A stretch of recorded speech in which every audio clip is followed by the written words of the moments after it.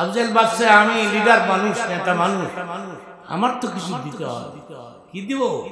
সিদ্ধান্ত নিছে একটা মূর্তি দিয়া, ভগবান দিয়া বাড়িও না, খুশি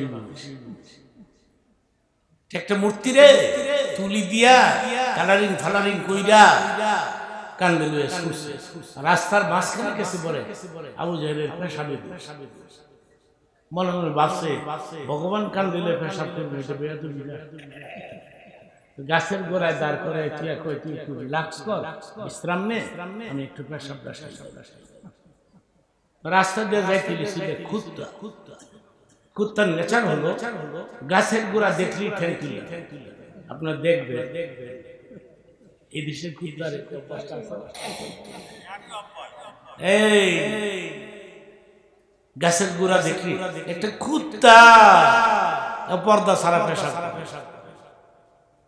মুসলমানের ছেলেরা রাস্তার কিনারে স্ট্যান্ডিং পজিশন, প্যান্টের গুদাম খুলিয়া দাঁড়াইয়া ডাইনিও দেহে বাইও দেহে, এরপরে কুকুর তো আমার চাইতে, ঠিক কিনা বলো? কুকুর তো গাছের গোড়া ছাড়া পেশাব করে না। গাছের গোড়া ওয়াল টোয়াল না হইলে পেশাব বারো না।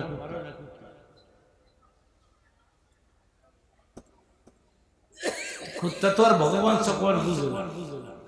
গাছের গোড়ার মধ্যে কি যেন দাঁড়াই গেছে, হেনে গেছে বলে পেশাবের পুরা ব্যাগে ঠ্যাং তুলে দিছে ভগবান সকল। এই যারা যারা হাসলেন প্রত্যেকের একটা করে সোয়াব, হাসলেও সোয়াব হয়, কাঁদলেও সোয়াব হয়। জায়গা মতো হাসলে সোয়াব হয়, জায়গা মতো কাঁদলেও। ছোট্ট হাদিসের কথা মনে হয়ে গেল, 1 মিনিটে বলে ফেলি, এরপরে আবু জাহেলের কথাটা বলে শেষ করবে। এই কেউ লড়বেন না, বসেই থাকবে। ইয়াস্তাজিবু দাওয়াতাল মুসাফির, মুসাফিরদের দোয়া কবুল হয়। জোরে কর, আমি মুসাফির কিনা? এক তো মুসাফির, আবার মাওলানা সাওলানা, হ্যাঁ মৌলবি টৌলবি। আমার সঙ্গে হাত তুলতে আপনারা রাজি না? রাজি না? আমি হাত তুলতে বলি না, আপনারা আমার সঙ্গে মোনাজাত দিতে রাজি না? কথাগুলো শেষ করতে দেন। কুত্তা পেশাব করে আবু জাহেল মনে মনে ব্যাপার কি, পেশাব করি সামনে আওয়াজ দিপিস তো পেছনের দিকে নজর করে দেখে বিনাশ কি করতে করতে দৌড়ে গেছে, কুত্তাও গেছে। সেই দিন আবু জাহেল মূর্তির কাছে দ্বারা একটা কথা বলেছিল, তোর কি এ ভগবান, তোর গায়ে কি এতটুকু শক্তিও না, কুত্তাও তারাই। যারা যারা হাসলেন একটা করে সোয়াব। ছোট্ট একটা হাদিসের কথা বলবো, এটা বিশুদ্ধ হাদিস। হুজুর সাল্লাল্লাহু আলাইহি সাল্লাম একদিন গোটা কয়েক সাহাবীদেরকে সাথে করে রাউন্ড করে বসে খেজুর খাচ্ছে, গোল করে বসে। তো হযরত আলী বাম পাশে বসা, নবী খেজুর ঠিক কিন্তু খেজুরের বীজগুলো আলীর সামনে জমা। হযরত আলী মনে মনে ভাবলেন, ব্যাপার কি রে, খেজুর খায় নবী, বেশি দেয় আমাকে। বুঝছি এগুলির মধ্যে আমাকে ক্লিন করতে হবে, এগুলির মধ্যে আমাকে পরিষ্কার করতে হবে। খেজুর খাওয়া শেষ নয়, বলেন বুঝছি সাহাবীরা, তোমরা কি বলতে পারো সবচাইতে বেশি খেজুর কে খাইছে?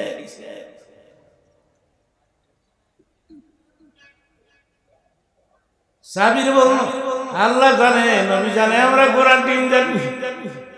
এই কথাটা যে কথা সবচেয়ে বেশি কে জানে? একসাথে বলে, এরপরে কে জানে?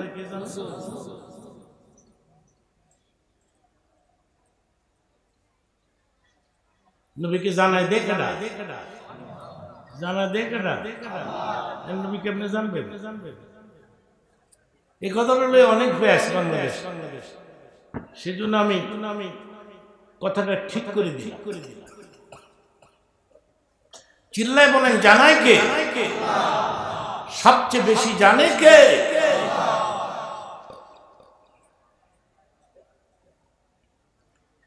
নেবেন কেন? তোমাদের চোখ নাই, তোমরা দেখতে পাচ্ছ না কার সামনে বেশি বেশি, যার সামনে বেশি বেশি সেই তো বেশি বেশি। সাবিরা মুস্কি মুস্কি হাসতেছে।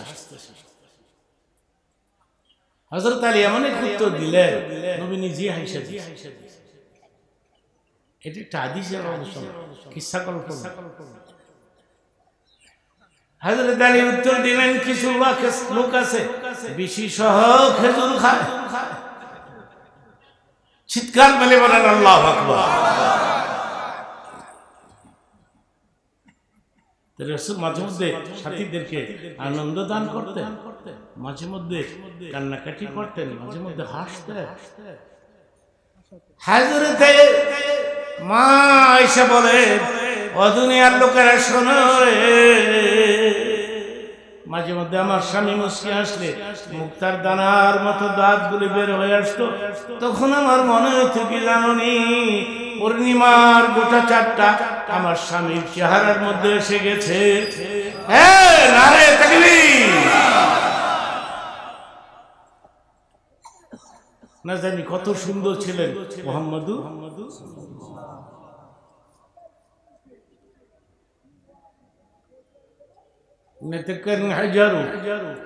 পাথর কথা বলল, এই সাআতি শাজারু গাছগুলি দৌড়ে আসলো, সকাল কামারু, এই কথাটা বলে আমি শেষ করব। এটা কোরআন শরীফের কথা, সুবহানাল্লাহ। সকাল কামার হাদিসের মধ্যে আসছে বুখারীতে, সেটা ছিল পূর্ণিমা চাঁদ। তো গোটা কোথায় সাহাবীদেরকে রাসূল সাথে করে মিনার ময়দানে বসে আছে, পথ দিয়ে আবু জাহেল যাচ্ছে। আবু জাহেল ডাক দিয়ে, হে আব্দুল্লাহর বেটা মুহাম্মদ, আচ্ছা তুমি যদি নবী হইয়া থাকো, আকাশের এই চাঁদটাকে মাঝখান দিয়ে টুকরা করতাম না? সঙ্গী সাথে আছে না আবু জাহেলের, স্যার আপনার স্ক্রু ঠিক আছে তো, মাথা ঠিক আছে তো?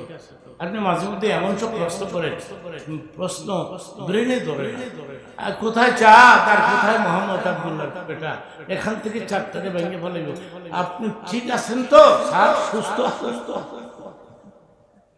আবু জাহেলের উত্তরটা শুনে এরপরে পারলে সুবহানাল্লাহ কই, উত্তরটা আগে শুনে।